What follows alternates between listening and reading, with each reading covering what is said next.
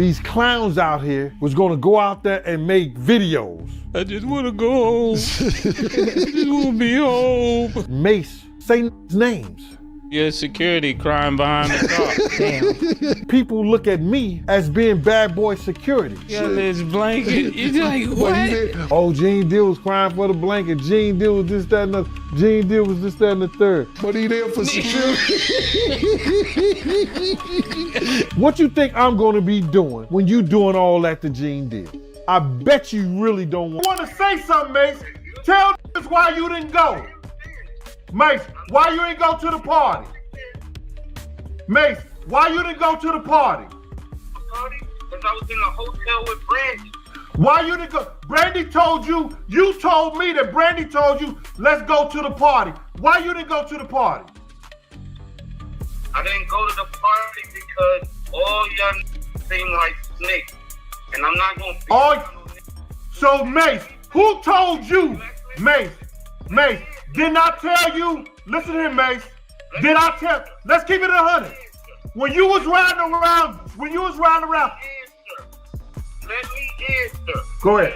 Let me answer the question. You guys was the security. If somebody shot the biggest rapper in the world, why y'all didn't shoot back? Y'all had guns? Mace, let me ask you something. I'm gonna get to that. Mace, one question. When you was riding around Cali with Stevie J, didn't I pull you to the side and say, what the fuck is you doing in a drop top Benz riding around with Stevie J around Cali? Did I say that to you? Mace?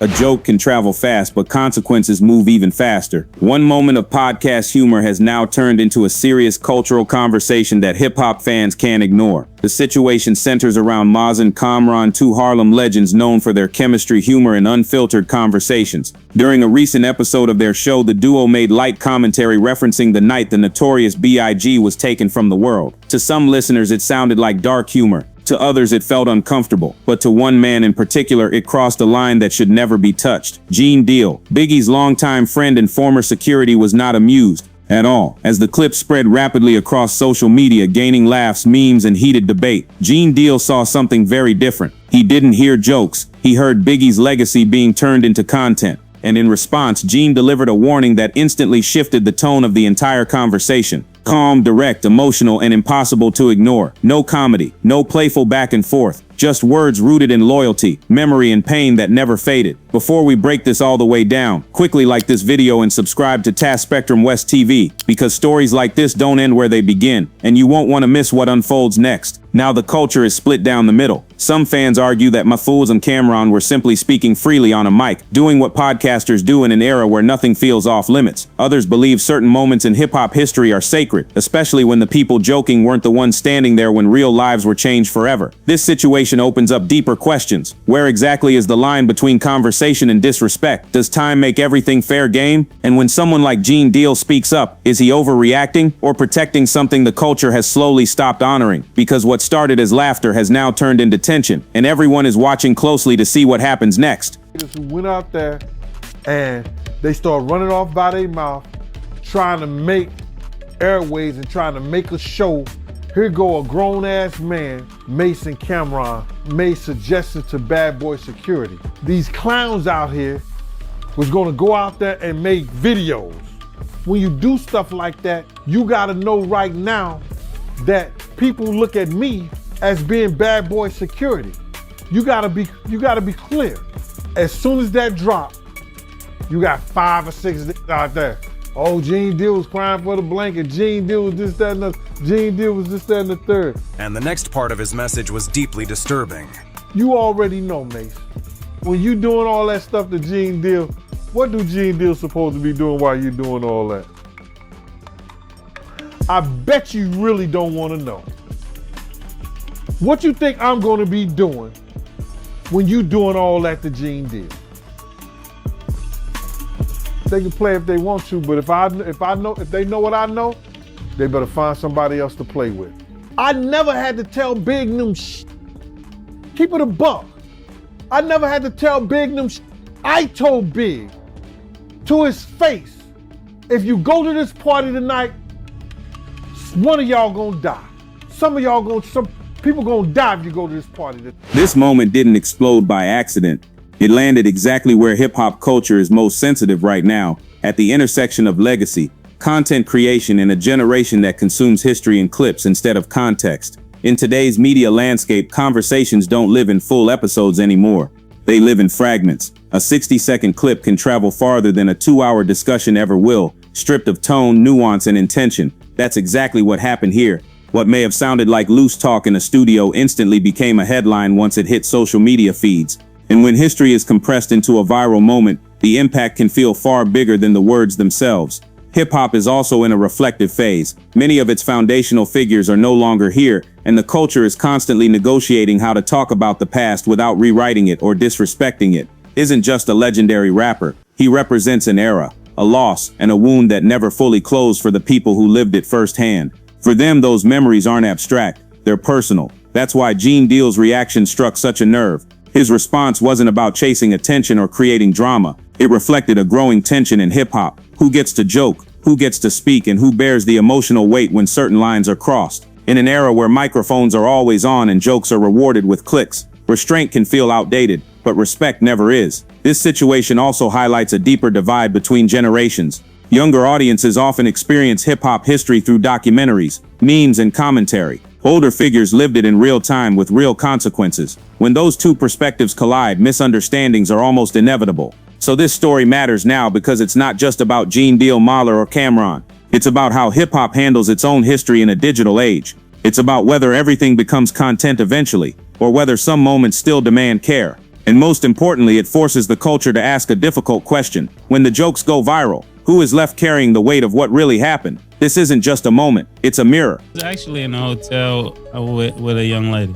And when you heard this information, what was your next actions? My next actions, after what? When you heard Biggie died, did you stay in your hotel room? Did you leave out? Did you want to go back to New York? I actually was trapped in a hotel. Now I want to ask the question. What do you mean trapped? It was about probably like 70 or so bloods in the hallway. I couldn't even leave my room. How'd you get out? One of the guys. Why would it be 70 bloods in your hallway after Biggie Smalls died? Actually, after Big got killed, they was probably looking for more bad boy artists. And I couldn't even leave the room till Gene Deal, the officer had to come get me. As hip-hop continues to evolve, moments like this force the culture to slow down and reflect. This situation isn't just about a podcast clip, a reaction, or a warning. It's about memory, respect, and how history is handled in an era where everything is content. That whole conversation and make it seem like, so Gene, why you didn't shoot?